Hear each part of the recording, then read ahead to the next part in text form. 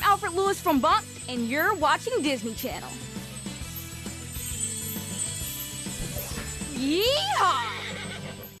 So we all know Villains of Valley View and Ultraviolet and Black Scorpion aired their summer finale and won't be back until we begin the 2022-2023 television season come September or October, by the time we get to season 2 of Adventures in Autumn. But that conversation we're going to save for a little later when we're upstairs in the bedrooms. But right now, I want to talk about the Dale Jr., the Dale Jr. installment of Bunk'd, because keep in mind, last week was the Evernham double, Atwood and Elliot, of the two, Evernham-themed Disney Channel Tripleheader Night in America.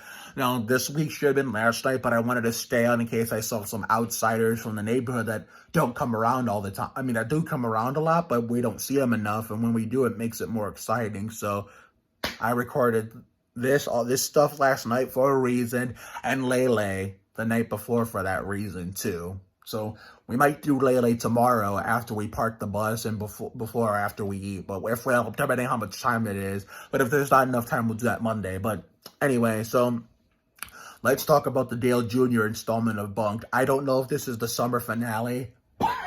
Excuse me. I doubt it is, because it's an all summer long show, because it takes place in summer camp, and my mom just got home. It always has. So I don't think Bunk'd ever does summer finales, so I think we're going to keep it going next week, and if they're still going, but yet Ultraviolet, Black Scorpion, and Villains of Valley are taking a break, then fine. I guess we'll fucking record it every and we're going to start getting a break on Fridays now.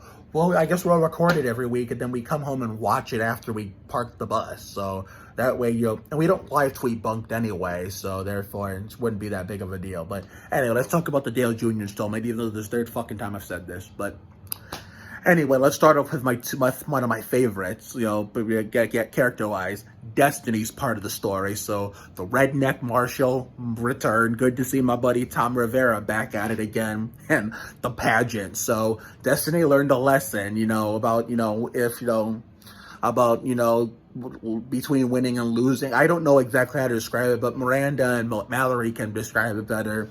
And the fact that, she got shitty-ass scores in the very beginning, but then she pulled some kind of strategy out of her ass and decided to go not as a rodeo clown, but yeah, this is the theme of the episode. The rodeo, Big Shift. Well, it's actually Big Show, the wrestler, but when I was a kid, I thought his name was Big Shift because the Stacker 2 commercials with him and Kenny Wallace in NASCAR, and the one of my favorite versions of the 2003 rendition was Jeff Hammond took me to the rodeo, and he climbs the fence to run with the bulls, horses, cowboys, and cowgirls. That shit didn't well, I kind of did. I'll get to it right now. But anyway, so Destiny, instead of going as a rodeo clown, she goes a circus clown, and she kind of pulls a Paul Big Show White, or as Little Me would have said, Big Shift.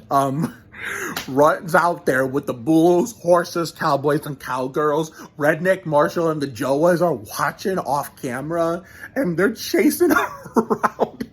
Went off camera too, and she almost escaped, but she didn't want to go to the gate because she wanted to go see her friends, Noah, Bill, and Lou, and she got her ass kicked by the bull. I mean, it turned out to be good because she thought she fucking lost, but no, she went back to the cabins thinking that she lost the damn pageant, because we all know Destiny in character is a pageant queen. I'm not sure about Mallory in real life, but even if that's not the case, that's okay, because we all know Mallory James Mahoney is the greatest Dallas Stars fan of all time.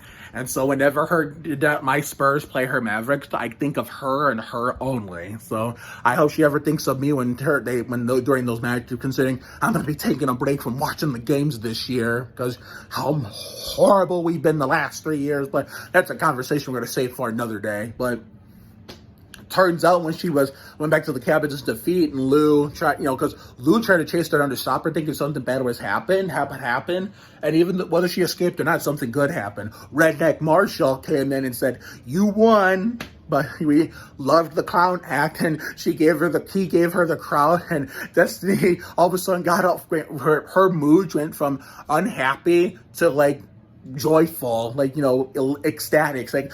Destiny Baker is undefeated in pageants. I mean, she has an undefeated record in pageants based on this universe and storyline that Bunk'd follows. But when Destiny showed up, so season 3, I think it was. Oh, speaking of older seasons, guess who stole my post on Facebook wishing, yours truly, one of the Bunk'd alumni, Will Bowie Jr., a happy birthday, even though the post was from March. You guessed it, his mom, Nicole Bowie. I walk away from my phone for a couple minutes. I come back to it, and I open Facebook. Damn, she saw it. So I'm going to give a shout out to Will Bowie Jr. and his mom, Nicole. I look forward to seeing Finn come back in the special guest star role later in the season, like how, Gwen did last year with Scarlet. I mean, that's fucking awesome that they do all that stuff. Now, I mean, we need a special guest role for Mateo and Ava to return, for a one-off. Maybe they'll keep this trend pattern going if we get season 7 and 8 of Bunk'd. We'll have Mateo return 1 year and Ava turn the next year. But we'll see how far it goes. We have to see how far it goes first. But anyway, so during the parade, with all the, all these rodeo parades, Destiny was coming by, waving, blowing kisses, and the chicken that she had in the beginning on the first round of the pageant pooped an egg. And she just said, I think she was being sarcastic, I'm retired from being a pageant after this shit. I mean, she didn't say it like that. That's how she meant it, even though they had Mallory cussing on my block. I mean, totally different character than what Destiny is on this show. But, okay, so the rodeo scene was part of the main plot. Kind of the second part of the main plot. We had a nervous Bill at the radio announcers because Redneck Marshall hired Noah and Bill to be the radio announcers because the original he disappeared magically because Marshall didn't know the exact reason. I get it. Bill was nervous and Noah was trying to pump him up, and when Destiny got into her little thing, because Bill is her friend, fellow camper, so that's when he got energized because he was thinking of his late granddad in character, and he got over his stage fright and did the damn thing. So therefore, the rodeo big shift. So let's go to the subplot, because there was only one main plot and one subplot. Normally there's 3 different fucking plots in this show, but okay, now we go to Winnie, Jake, and Parker. So there was anything you can do, I can do better. Anything, I can do anything better than that's basically, that song would have been perfect, to play, considering, Jake and Winnie were fighting over whose ideas were better and blah, blah, blah, and all this other grade A horseshit that poor Parker had to deal with, getting caught in the crossfire. And so he was making poor choices regardless who he picked and choose over the other. And then, Winnie and Jake got some payback on his ass, considering, they were talking about, because remember in the sneak peek that Luke Busey posted on Instagram earlier in the week? Well, about unicorns are real. Because I used to believe in that myth for St. Patrick's Day when I was 13 in the 2006-2007 season when I still lived in Michigan in the Lenore house. well, the fact that he didn't like the fact that, Parker didn't like his idea about unicorns being real. I love how, towards the end of the middle of the plot, though, Winnie and Jake teamed up to get back at Parker for doing them both dirty at the same time and not, trying to work it out between the two of them, and squirted that unicorn sherbet shit out of that fake unicorn's asshole. And so they were out of spite, they just said to him in anger, said, you're gonna sit there covered in that shit and think about what the fuck you just did to us. And they didn't say it like that. That's how they fucking meant it, though. And then after the whole rodeo shit was taken care of, and this is where all comedies do this, they'll get into a scenario, try to do something, and then they'll have a problem, and then I have a fallout with the character that's with them in the scene. They'll get angry at each other and stop talking to each other in the middle of the show, middle of the episode. But towards the end, at the end of every plot, they always work it out. And I love how this theme keeps going with this trend and pattern with all these comedy shows I watch on Disney Channel and Nickelodeon in the summer. and even in the winter, and even in, in the big networks in the winter, ABC, CBS, and Fox. But so Parker comes to the main cabin, apologizes to them, and they talked it out, and they